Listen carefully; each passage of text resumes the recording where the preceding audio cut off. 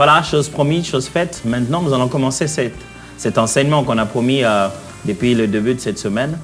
En fait, dans mon cœur, j'ai juste senti le besoin de revenir sur un enseignement que j'ai déjà donné au début de l'Église, donc vraiment parmi les premiers enseignements de nos mercredis Malakissi. J'ai eu le temps de partager avec nous sur la façon dont Dieu nous parle. Vous savez, Dieu continue à nous parler jusqu'aujourd'hui. Et en tenant compte un peu d'un texte biblique, d'un mot, je vais dire, qui revient plusieurs fois dans la Bible, divinement averti, j'ai voulu de là exploiter tout un sujet autour de comment Dieu nous parle, en mettant un accent sur comment Dieu nous parle par des visions et par des songes. Et donc, j'ai pensé dans mon cœur, je l'ai senti dans mon esprit qu'il était intéressant, je pense que le Saint-Esprit m'a parlé de cette manière, de revenir de façon assez précise sur ces choses que j'ai commencé à enseigner les fois passées. Donc, on va se remettre dans cette étude biblique de divinement averti, donc une étude biblique basée sur le langage de Dieu, en particulier par des songes et des visions. Et qu'est-ce que nous allons apprendre ensemble pendant ce temps, c'est qu'aujourd'hui, je vais faire avec vous une grande introduction. Plaise à Dieu que j'ai réussi à finir l'introduction aujourd'hui. Dans le cas contraire, on continuera notre séance sur l'introduction. Mais dans l'introduction, je vais donner un peu une idée générale de ce que c'est que le langage de Dieu. Vous allez découvrir ça tout à l'heure. Après quoi, au premier chapitre, on parlera en particulier du langage de Dieu. L'introduction nous donnera l'idée des divinement avertis. Et le premier chapitre parlera du langage de Dieu, différents langages de Dieu. Et le deuxième chapitre nous parlera justement de comprendre les songes et les visions en particulier. On ira dans la Bible, l'Ancien Testament, Nouveau Testament. Et le troisième chapitre, on va apprendre des principes d'interprétation. Des principes qui peuvent nous aider à comprendre ce que Dieu est en train de nous dire par ce langage-là, des songes et des visions. Et enfin, on va conclure, pourquoi pas, par des questions et des réponses si vous pouvez nous le faire parvenir. Alors, trêve des paroles, on va entrer en matière pour apprendre aujourd'hui ensemble. La motivation qu'il y a dans mon cœur, je dois le dire comme ça, la motivation qu'il y a dans mon cœur en tant que pasteur de Fils la Cité d'Exaucement et votre frère, à travers cet enseignement, ce qu'on veut viser, c'est juste apprendre aux enfants de Dieu comment écouter le Père et reconnaître sa volonté. Notre Père nous parle. Et comment reconnaître ce qu'il veut et être capable de reconnaître sa volonté. Si, en tant que chrétien, on vit pour pouvoir atteindre la volonté de Dieu, on veut faire ce que Dieu veut. Et par cet enseignement, on doit apprendre comment Dieu nous fait savoir ce qu'il veut, justement. Et en ayant compris ce que Dieu veut, alors on pourrait exécuter ce qu'il veut pour nous. Deuxièmement, c'est aiguiser la sensibilité spirituelle du peuple par des informations pratiques sur les différents langages de Dieu. Mon but, c'est de donner des informations, des orientations et des éléments très pratiques et très tactiques pour que vous puissiez mieux aiguiser votre sensibilité spirituelle. Et qu'à travers cela, vous puissiez vraiment savoir comment Dieu vous parle, à vous particulièrement.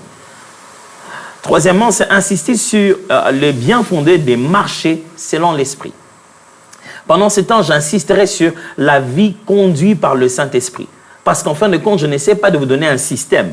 J'essaie de vous apprendre une dépendance à l'Esprit de Dieu qui conduit les enfants de Dieu. Et quatrièmement, justement, ça sera apporter des réponses bibliques sur les questions liées à certaines expériences spirituelles dans le domaine prophétique. J'aimerais déjà vous prévenir que je ne parlerai pas de tous les domaines prophétiques, mais par la grâce de Dieu, pendant cette démarche, dans cette étude biblique, on pourrait apporter certaines réponses sur certaines expériences spirituelles qui ont lieu.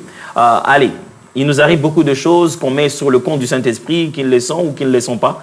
Et pendant cet enseignement, de temps en temps, par la grâce de Dieu, donnerai des réponses sur certaines expériences, pas les valider ou les invalider, mais dire que dit la Bible et comment on peut comprendre ce qui s'est passé en nous pendant ce moment-là.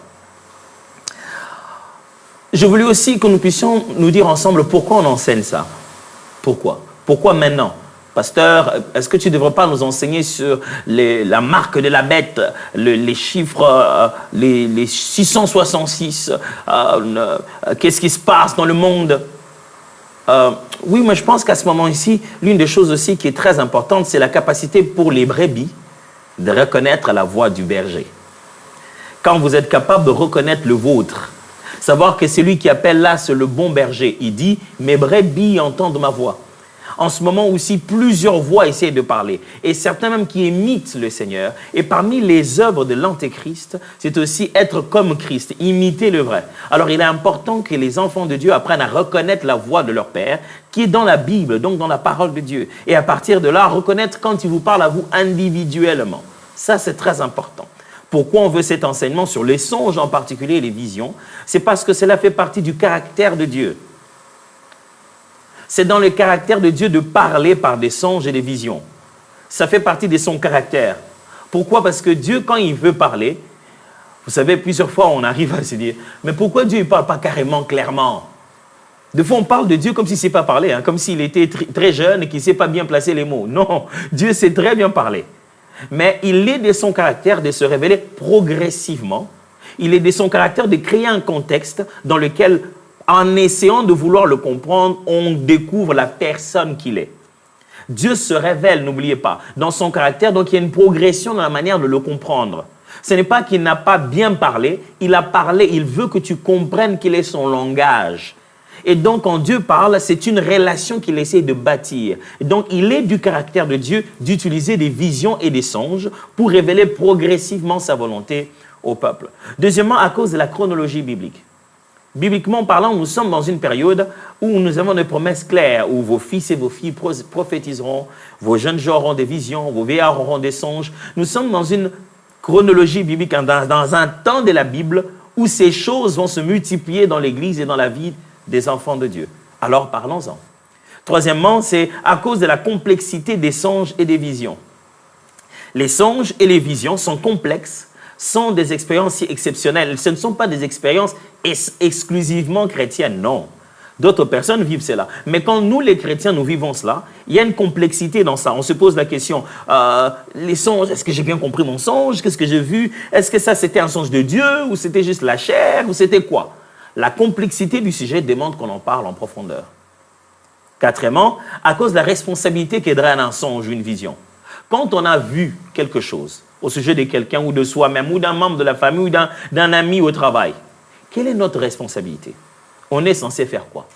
On est juste censé venir lui dire, ah, tu sais, je t'ai rêvé le soir, ou je t'ai rêvé hier, ou tu sais, je ne dormais même pas, j'ai eu comme une vision de toi. Quelle est notre responsabilité? Pourquoi Dieu ne lui a pas parlé à lui-même? Pourquoi il t'a parlé à toi? Qu'est-ce qu'il attend de toi? Et ça, on doit comprendre notre responsabilité. J'ai vu des gens qui se sont dit, ah, pasteur, je me culpabilise gravement parce que j'avais vu ça en songe et ça a eu lieu. Est-ce que je n'aurais pas pu arrêter ça? Est-ce que je n'ai pas vu ça pour empêcher ça? Est-ce que je n'ai pas eu cette vision pour être capable d'empêcher que ça arrive? Alors, parce qu'on a une responsabilité dans cette affaire de vision et des songes, on doit comprendre cette responsabilité-là. C'est pourquoi on en parle. Et enfin, cinquièmement, à cause de l'utilité des songes et des visions dans la vie du chrétien. Les songes et les visions sont l'un des moyens que Dieu utilise pour pouvoir parler à ses enfants. C'est utile, c'est important, c'est utile. On ne devrait pas baser toute notre foi chrétienne, ou surtout pas toutes nos décisions de la foi, sur base des songes et des visions, non. Mais ces expériences spirituelles, ces moyens de communication divins ont leur place dans la foi chrétienne. Quelquefois, Dieu utilise mieux les songes et les visions que quoi que ce soit d'autre. Dieu se concentre aux songes et aux visions. Quelquefois, Dieu nous parle essentiellement que par ces moyens. Donc, on doit très bien les étudier pour comprendre comment mieux les saisir. Alors, quand je suis en train de dire que nous étudions les songes et les visions parce que ça fait partie du caractère de Dieu, et toutes ces 5 choses que je vous ai données, laissez-moi vous en parler en vous donnant maintenant des textes bibliques. Parce que certains se diraient, bon voilà, il s'étend beaucoup, mais c'est où tout ça là dans la Bible? On va essayer de développer cela un peu en profondeur. Tout à l'heure, je vous ai dit, nous étudions cela, parce que cela fait partie du caractère de Dieu. Lisons Proverbe 25, au verset 2. La gloire de Dieu, c'est de cacher les choses. La gloire de roi, c'est de sonder les choses. Ça, c'est Dieu qui dit ça. La Bible dit, la gloire de Dieu, Dieu se sent Dieu quand il sait cacher les choses. L'idée ici de cacher, ça ne veut pas dire les mettre hors de la portée de quelqu'un. Non. L'idée ici veut dire les sceller, le mettre dans un langage scellé. Vous savez, on joue deux fois à ce jeu-là, les parents. Vous avez des cadeaux pour les enfants, vous leur faites un petit plan, un petit dessin. Moi, dans mon jeune âge, j'ai fait du scoutisme. On faisait ça. On vous donne une sorte de carte et on a caché le trésor. Donc, chasse au trésor. On n'a pas caché le trésor pour que vous ne puissiez pas le voir. On a plutôt trouvé un système de sceller le processus par lequel il faut atteindre le trésor. Quand Dieu cache les choses, il ne les met pas derrière pour que nous ne puissions pas les toucher. Il met plutôt un processus par lequel il y a une expérience, je vais dire, l'aventure que nous vivons à la découverte de ce que Dieu a mis de côté, c'est ça qui est toute notre joie. Alors, pour lui, Dieu, son plaisir, c'est de cacher le trésor. Et nous, notre gloire à nous, c'est le chemin par lequel nous passons pour aller trouver le trésor. C'est ce que Proverbe dit. Ézéchiel chapitre 17, verset 2. Fils de l'homme, propose une énigme, dis une parabole à la maison d'Israël. Là, c'est Ézéchiel, le prophète. Le prophète vient parler de la part de Dieu. Dieu a besoin de dire quelque chose d'important à son peuple. N'est-ce pas le moment d'être le plus clair que possible? Franchement, tu veux me dire quelque chose d'important et tu vois par des paraboles, c'est quoi l'affaire? Non, il est de la nature de Dieu. Quand il veut dire, il veut parler à son peuple, puisque c'est dans une relation, chaque fois que Dieu parle, il veut nous attirer. Quand Dieu parle, c'est pour nous attirer à lui. Alors ici, il envoie un prophète, mais pour que ce message soit clair, tenez-vous bien, pour que son message soit clair, il est mis en parabole. Franchement, ce n'est pas contradictoire ça. Pour que le message soit clair, Dieu le met en parabole. Pour que le message soit précis, que le peuple le comprenne, il le scelle dans un langage poétique. Donc, il est du caractère de Dieu quand il veut dire quelque chose pour que ça reste bien dans notre tête, il utilise des langages, entre autres des visions, des songes et des paraboles, des trucs dans ce sens-là. Jésus a beaucoup parlé en parabole. C'est un peu tard que les scientifiques ont découvert qu'en réalité, la mémoire visuelle ne disparaît pas. Quand tu as une image, tu l'as retenue, tu l'as dépixelisée, voilà des termes qu'ils utilisent. Tu l'as démonté en petits morceaux et tu les as cachés quelque part dans ta mémoire. Et donc, quand le mot ou l'odeur ou quoi que ce soit qui fait référence à cette image est autour de toi, l'image revient dans ta tête. Alors, Jésus, quand il enseignait, pour que ce qu'il a dit reste bien, il nous poussait à imaginer à travers des paraboles. De la même manière, quand Dieu veut nous parler, il préfère utiliser des images parce que les images, ça reste. On s'en souviendra toujours. Alors, c'est pourquoi il aime utiliser des visions et des songes. Ça vous est déjà arrivé, après 10 ans, vous vous souvenez du songe que vous avez fait. 10 ans plus tard. Mais vous n'allez plus vous souvenir de toutes les phrases que les gens disent 10 ans plus tard. Les communicateurs aiment à dire qu'il n'y a que 7% l'impact de la parole. Nous comprenons dans la communication, nous comprenons que 7% de ce qui est dit. La parole n'a que pour 7% d'impact dans la compréhension d'une communication. Mais les non-verbales, les gestuels et toutes ces choses ont plus d'impact à côté des tons de la voix qu'on utilise. Donc Dieu, connaissant toutes ces choses-là, il sait que l'homme ne doit pas juste retenir ce qu'on a dit, il doit avoir une image forte qui retient. Tu peux peut-être pas retenir tout ce que Ézéchiel a dit, mais si je te parle de la vision des ossements desséchés, tout de suite, tu peux raconter ça des A à Z.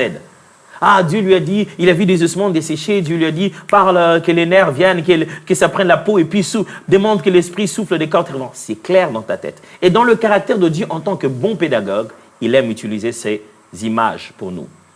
Job chapitre 33, versets 12 à 19.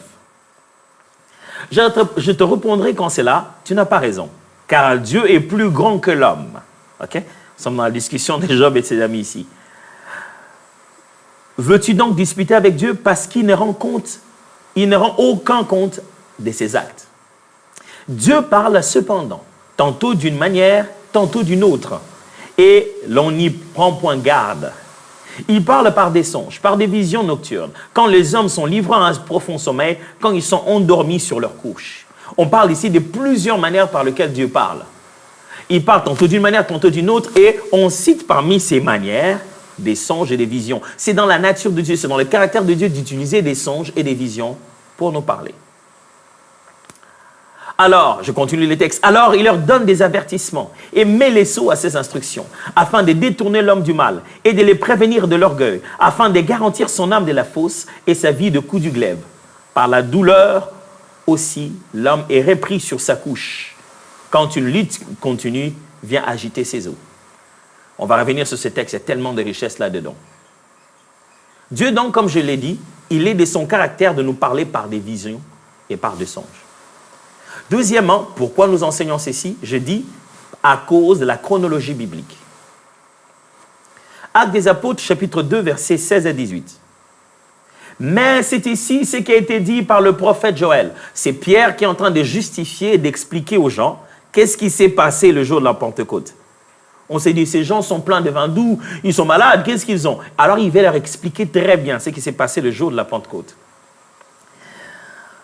Dans les derniers jours, dit Dieu, je répandrai de mon esprit sur toute chair. Vos fils et vos filles prophétiseront, vos jeunes gens auront des visions et vos vieillards auront des songes. Oui, sur mes serviteurs et sur mes servantes, dans ces jours-là, je répandrai de mon esprit et ils prophétiseront. Dans les derniers jours, parmi les langages de Dieu, dans la manifestation prophétique du Saint-Esprit, il y a des visions, il y a des songes. Troisièmement, pourquoi nous parlons de ça? Je dis, à cause de la complexité des songes et des visions. Qu'est-ce que j'entends par la complexité des songes et des visions? Premièrement, parce que les songes et les visions peuvent venir aussi bien de Dieu que des hommes ou même de l'ennemi. Ça devient complexe en fait. Finalement, j'ai rêvé de qui? J'ai rêvé par qui? J'ai rêvé par Dieu, par le diable, par comment? Par ma chair à moi-même. Donc les songes peuvent avoir plusieurs sources ou plusieurs origines. Ecclésiaste chapitre 5, verset 3, nous montre par exemple une autre forme d'origine des songes. Ecclésiaste chapitre 5, verset 3. Lisons. Car si les songes naissent de la multitude des occupations, la voix de l'insensé se fait entendre dans la multitude des paroles. Vous savez, c'est un peu la poésie hébraïque est toujours basée sur un style qu'on appelle des parallèles, le style de parallélisme. Alors, dans l'idée de la poésie par laquelle il écrit, il y a une comparaison entre deux idées. Alors, pour pouvoir présenter ces deux idées, il veut parler, le but ici dans ce texte de l'Ecclésiaste, il veut parler justement de comment l'insensé se fait entendre. L'insensé, on reconnaît quelqu'un qui est insensé par les paroles. Il parle trop. Quand quelqu'un parle trop, vous ressentez dans son langage le vide qu'il a d'intelligence. Alors, il veut le comparer aussi à une autre réalité. Et il affirme une réalité ici. Les songes naissent de la multitude des occupations. Il sous-entend que quand quelqu'un a beaucoup travaillé, il a été beaucoup occupé, quand il revient le soir, son cerveau travaillant continue, même quand il dort, à multiplier des scénarios.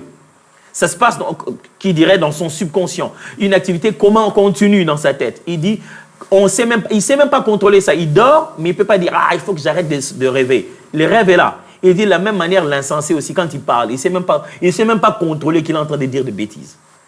Mais il affirme une chose importante. Multitude de travail peut produire des songes. Deuxièmement, 1 Roi chapitre 3, versets 4 à 5. Le roi s'est rendu à Gabaon pour y sacrifier, car c'était le principal des hauts lieux. Salomon offrit 1000 holocaustes sur l'autel. À Gabaon, l'Éternel apparut en songe à Salomon pendant la nuit, et Dieu lui dit, « Demande ce que tu veux que je te donne. » Ici, il y a un songe. Mais ça ne vient pas de la multiplicité du travail. Cette fois-ci, ça vient de Dieu. Dieu donne un songe, Dieu parle. Ça, c'est complètement autre chose maintenant. Une autre source de songe. Jérémie chapitre 23, versets 27 à 32. 23, 27 à 32. Ils pensent faire oublier mon nom à mon peuple par les songes que chacun d'eux raconte à son prochain, comme leurs pères ont oublié mon nom pour Baal. Que le prophète qui a reçu un songe raconte ce songe, et que celui qui a entendu ma parole rapporte fidèlement ma parole. Pourquoi mêler la paille au froment, dit l'Éternel? Ma parole n'est pas comme un feu, dit l'Éternel. N'est-elle pas comme un feu, dit l'Éternel, comme un marteau qui brise le roc? C'est pourquoi, voici, dit l'Éternel, j'en veux aux prophètes qui se dérobent mes paroles l'un à l'autre. Voici, dit l'Éternel, j'en veux aux prophètes qui prennent leur propre parole et la donnent pour ma parole. Voici, dit l'Éternel, j'en veux à ceux qui prophétisent des songes faux, qui les racontent et qui égarent mon peuple par leurs mensonges et par leur témérité. Je ne leur ai point envoyé, je ne leur ai point donné d'ordre, ils ne sont d'aucune utilité à ce peuple, dit l'Éternel. Là, c'est le texte où Jérémie prophétise la pensée de Dieu, et Dieu démontre qu'il y a à cette époque des prophètes qui reçoivent leur prophétie par des songes, mais en réalité qui vont parler des songes, parce que le peuple a pris l'habitude de croire que leurs songes viennent toujours de Dieu, mais en réalité ça ne vient pas de Dieu, ils ont pris leur propre pensée. Dieu dit, ce n'est pas ma parole, c'est votre propre parole que vous êtes en train de dire aux gens. On voit ici une autre source des songes, la volonté humaine personnelle. Pourquoi je dis qu'on doit étudier les songes à cause de leur complexité? Simplement parce ils ont besoin d'une explication sans laquelle on peut rester anxieux pour toujours. Quand on n'a pas expliqué très bien un songe, la personne peut rester anxieuse. Alors, qu'est-ce que j'ai rêvé? C'était quoi? C'était quoi mon rêve? Ça signifiait vraiment quoi? Ça voulait dire quoi? La Bible montre ça dans Genèse chapitre 41, verset 8. Le matin, Pharaon eut l'esprit agité et il fit appeler tous les magiciens et tous les sages de l'Égypte. Il les raconta ses songes, mais personne ne put les expliquer à Pharaon. Pharaon se réveille un matin, il a eu des songes, 2 songes différents, mais personne n'arriva à lui expliquer. Pourquoi? Pourquoi il fait appel à tous ces magiciens? Il est mal à l'aise. La Bible dit il est agité. C'était qu'un songe, pourquoi il est agité? Non. Les songes peuvent te garder vraiment anxieux et tu ne sais pas comment réagir. Tu te dis, je veux comprendre, ça signifiait quoi? Pourquoi j'ai vu ça? Étant donné que les songes sont si complexes et nous laissent anxieux, on doit en parler. J'ai aussi donné une autre raison, c'est à cause de la responsabilité que draine une vision. Ézéchiel 33, versets 4 à 6. Ce que j'essaie de faire maintenant, c'est donner des passages bibliques qui sont en train de donner plus d'explications sur ce que j'ai dit tout à l'heure. Ézéchiel chapitre 33, versets 4 à 6. Et celui qui entend, excusez-moi, et celui qui entend les sons de la trompette ne se laisse pas avertir et que l'épée vienne le surprendre, son sang sera sur sa tête. Il a entendu le son de la trompette et il ne s'est pas laissé avertir. Son sang sera sur lui. S'il se laisse avertir, il sauvera son âme. Si la sentinelle voit venir l'épée et ne sonne pas de la trompette, si le peuple n'est pas averti et que l'épée vienne enlever à quelqu'un la vie, celui-ci périra à cause de son iniquité. Mais je redemanderai son sang à la sentinelle. Je suis en train de dire à cause de la responsabilité qui draine une vision. On parle de la sentinelle ici, on parle du prophète, de l'homme de Dieu, à qui Dieu parle pour pouvoir dire au peuple, on dit, si Dieu t'a parlé à toi, et finalement tu dis pas ce que tu devais dire, Dieu est en train de dire au prophète, je vais redemander le sang de cette personne sur toi. Waouh, ça fait peur normalement. Actes des Apôtres, chapitre 9, versets 10 à 12. Or, il y avait à Damas un disciple nommé Ananias. Le Seigneur lui dit dans une vision, Ananias, il répondit, mais voici Seigneur. Et le Seigneur lui dit, lève-toi, va dans la rue qu'on appelle à droite et cherche dans la maison de Judas un nommé Saul de Tarse, car il prie. Et il a vu en vision un homme du nom d'Ananias qui entrait et qui lui imposait les mains afin qu'il recouvra la vie. Regardez ça. Dieu lui parle et dit, écoute, toi, je te parle en vision, mais sache que dans cette vision, il y a quelqu'un qui est dans sa vision en train de voir que toi, c'est merveilleux quand Dieu peut synchroniser les destinées. Hein? C'est fantastique. Mais Dieu lui parle, il y a une responsabilité derrière. S'il ne va pas parler à Ananias, Ananias aura l'impression, si Ananias ne va pas parler à Paul, Paul aura l'impression que sa vision était fausse. Paul a vu de la part de Dieu que quelqu'un venait. Paul a déjà vu Ananias. Au moment où il voit Ananias, à ce moment-là, Ananias aussi reçoit un ordre de Dieu par une vision qu'il doit aller parce que Paul le voit. Frère, quelquefois, Dieu nous met dans son plan des réalisateurs, des concepteurs de projets, en nous donnant une vision. Et la vision que tu as reçue, quelqu'un a reçu une partie de ça quelque part. Pour que quand toi tu obéis, Dieu rassemble très bien son scénario de Dieu de gloire. Frère, des fois nous négligeons notre responsabilité de co-ouvrier avec le Seigneur. Et à travers les visions, Dieu nous fait jouer un rôle dans le plan précieux qu'il a pour la vie des hommes. Autre raison, à cause de l'utilité des songes et des visions dans la vie du chrétien. Les songes servent à quoi dans la vie du chrétien? Je vais en parler un peu plus encore en profondeur quand je vais commencer à exploiter essentiellement sur les songes et les visions. Mais ici, juste d'entrée des jeux, les songes arrêtent les hésitations et guident nos choix. C'est l'un des moyens que Dieu utilise quand il veut arrêter nos hésitations et guider notre choix. Je n'ai pas dit qu'il faut que les songes pour ça, mais je dis que c'est l'un des moyens que Dieu utilise pour ça. Matthieu 2, 21 à 23. On parle aussi de Joseph, le père de Jésus, je vais dire son père adoptif, si on doit appeler ça comme ça. Matthieu 2, 21 à 23. Joseph s'éleva, prit le petit enfant et sa mère et alla dans le pays d'Israël. Mais ayant appris qu'Archélaüs régnait sur la Judée à la place d'Hérode, son père, il craignit de s'y rendre. Et divinement averti en songe, il se retira dans les territoires de la Galilée et vint demeurer dans une ville appelée Nazareth, afin que s'accomplisse ce qui avait été annoncé par les prophètes. Il sera appelé Nazaréen. Joseph a hésité, dit, bon, je suis rentré en Israël, mais je dois habiter où? Je ne vais pas aller là-bas. Archélaüs règne à la place de son père, ça va être un peu difficile. Mais Dieu lui donne un songe pour que ça devienne clair, qu'il arrête d'hésiter. Matthieu 1, 19 à 20. Joseph, son époux, qui était un homme de bien et qui ne voulait pas la diffamer, se proposa de rompre secrètement avec elle. Comme il y pensait, voici un ange du Seigneur lui apparut en songe et dit, Joseph, fils de David, ne crains pas de prendre avec toi Marie, ta femme, car l'enfant qu'elle a conçu vient du Saint-Esprit. Un homme veut décider si oui ou non il doit continuer une relation assez bizarre où sa fiancée vient lui dire que, comme ça, par personne d'autre, elle est enceinte. Allez, franchement, ce n'est pas évident. Mais pour qu'il n'arrête d'hésiter, Dieu lui envoie un songe. Frère, le songe a des fois une valeur que nous, on ne se rend pas compte de la part de Dieu. Vous ne devez pas bâtir votre foi chrétienne sur le songe, mais quand Dieu l'utilise, ce n'est pas parce que c'est inutile, c'est parce qu'il sait qu'il peut atteindre un but à travers ces songes et ces visions-là. Il aurait pu faire autre chose, mais s'il utilise des songes et des visions, c'est parce qu'il a un but à travers ces moyens-là. Les songes, pourquoi? Ça sert à quoi dans la vie d'un chrétien encore? Encourage, les songes et les visions encouragent et poussent dans l'adoration. Dieu peut nous donner un songe et ce songe-là vient nous encourager spirituellement. Et ça nous amène à l'adorer, à l'exalter comme il se doit. Regardons dans Juges, chapitre 6, au verset 15. Lorsque Gédéon eut entendu le récit du songe et son explication, il se prosterna, revint au camp d'Israël et dit, « Levez-vous, car l'Éternel a livré entre vos mains les camps des Madians. » Gédéon avait peur. Et Dieu lui avait donné toutes sortes de confirmations, mais à la veille du combat, Dieu lui dit, « Ok, il te reste un petit truc, je vais t'encourager. Va dans leur camp, reste là-bas. » Il arrive dans le camp, il entend dans la tente, là où il y avait des militaires, l'un qui racontait un songe à l'autre. En expliquant ce songe-là, l'autre, en lui expliquant ce songe, lui dit, « Ah, ça doit être certainement Gédéon qui va venir nous ravager ici. » Il s'est dit, « Ah, les gens dès que moi j'ai peur, ont peur de moi. » Il rentre très encouragé par le songe.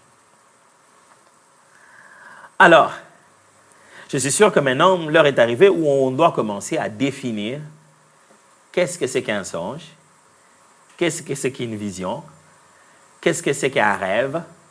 Étant donné que nous allons parler de tout cela durant tout l'enseignement, d'une certaine manière, je me réserve de pouvoir en parler un peu plus en profondeur au chapitre qui est bien destiné. Mais rien que d'entrée des jeux, je vais quand même lever certains équivoques dans l'usage des termes, puisque je vais me mettre à beaucoup les utiliser. De fois, on me pose toujours la question, pasteur, quelle est la différence entre un rêve et un songe et une vision? Alors, il faut dire que dans le français, des fois, ça s'utilise de façon interchangeable. Et on a tendance à dire que le mot songe est une façon poétique de dire le mot rêve. Le même mot rêve, poétiquement, est dit songe. Mais en réalité, au milieu des chrétiens, on a tendance à utiliser le mot songe parce que c'est les plus utilisés comme ça dans la Bible. Mais en français, basiquement, ce sont des mots interchangeables.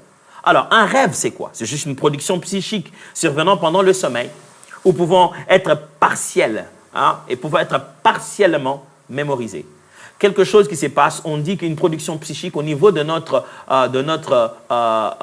psychologie, au niveau de notre pensée, de notre intellect, dans l'homme intérieur, dans notre pensée, il y a des images qui se produisent pendant notre sommeil.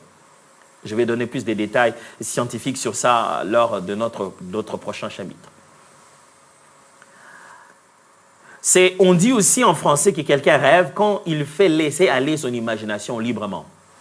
On dit, rêve un peu, il faut rêver, il faut rêver. Ça ne veut pas dire qu'il dort nécessairement, ça veut simplement dire qu'il imagine librement des choses. On dit aussi qu'il y a rêve quand il y a représentation plus ou moins idéale ou chimérique de ce qu'on veut réaliser.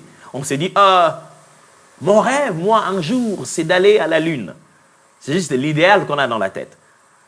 Alors, production psychique, idéalisation, le mot rêve a tendance donc à aller dans cette direction-là. Mais lorsqu'on veut dire songe,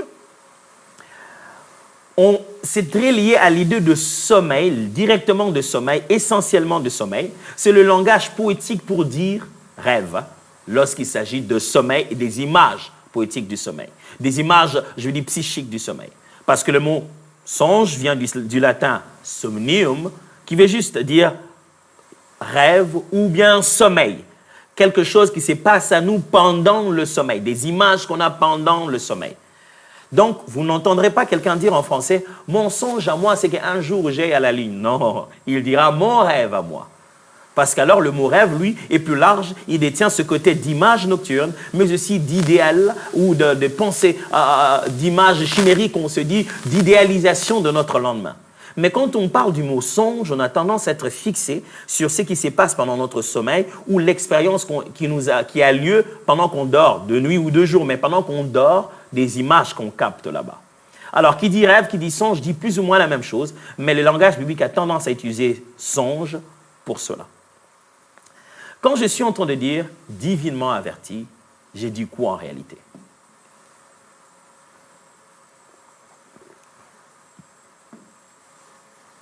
Le thème que nous avons donné à cet enseignement, divinement averti, je l'ai littéralement tiré dans la Bible, dans certains des textes que j'ai déjà lus tout à l'heure, que je vais lire encore. Le grec dit crématizo. Et ce mot veut dire être divinement averti, être appelé. Ça veut dire aussi publier les oracles de Dieu, parler de la part de Dieu, que Dieu attire l'attention de son peuple. C'est aussi donner une réponse à ceux qui consultent un oracle. Quelqu'un vient chercher qu'est-ce que Dieu a dit. Alors cette réponse-là, ce mot-là utilisé dans la Bible aussi dans ce sens-là, transmettre un commandement, un avertissement divin, enseigner depuis les cieux, ce Dieu depuis les cieux qui enseigne son peuple, être divinement commandé, averti, instruit, être le porte-parole pour des révélations divines, promulguer les commandements de Dieu. C'est le mot-là, divinement averti ou crématizo, que nous avons trouvé dans plusieurs textes que je vais lire tout à l'heure. C'est même ça qui fait le thème de notre enseignement. Matthieu chapitre 2, verset 2. Je vais lire maintenant des textes là où vous trouvez justement cette expression divinement averti. Matthieu 2, 2. Matthieu 2, 12, pardonnez-moi. Puis, divinement avertis en songe de ne pas retourner vers Hérode, ils gagnèrent leur pays par un autre chemin. Ça, ce sont les mages. Après qu'ils ont vu l'enfant, Dieu leur a parlé par un songe pour leur dire ne rentrez pas sur le même chemin où vous êtes venus, parce qu'Hérode, franchement, il en veut déjà l'enfant. Dieu leur donne des instructions. Imaginez-vous quelque chose d'aussi important que la vie, au lieu que Dieu fasse paraître une lumière. Moi, l'Éternel, pour sauver vos vies, je vous demande de ne plus rentrer par le même chemin. Non, pendant qu'ils dorment, Dieu envoie un songe. Il dit, le songe sera plus efficace. Et il envoie le songe, et ils sont divinement avertis par un songe. Matthieu chapitre 2, verset 22. Mais ayant appris qu'Archélaüs régnait sur la Judée à la place d'Hérode, son père, il craignit de s'y rendre. Et divinement averti en songe, il se retira dans le territoire de la Galilée. Ça, c'est Joseph, nous avions lu ça au début. Joseph, maintenant, Dieu le guide pour savoir où allait réellement rester à son retour d'Égypte avec l'enfant. Et Dieu le fait comment? Pas par un ange. Joseph, moi l'Éternel. Non, par un songe. Dieu a jugé que pour protéger le Fils de Dieu, le Fils de Dieu venu sur la terre, pour pouvoir le protéger pendant tout ce temps contre les attaques d'Hérode, contre toutes sortes de choses, Dieu utilise tous ces acteurs-là par des songes. Pensez vraiment que Dieu pense que le songe est tellement inefficace? Je ne le place pas au pédestal des Écritures, mais je ne veux pas le considérer aussi inutile parce que Dieu utilise ça comme langage. C'est un langage que Dieu utilise, simplement, donc on doit le comprendre.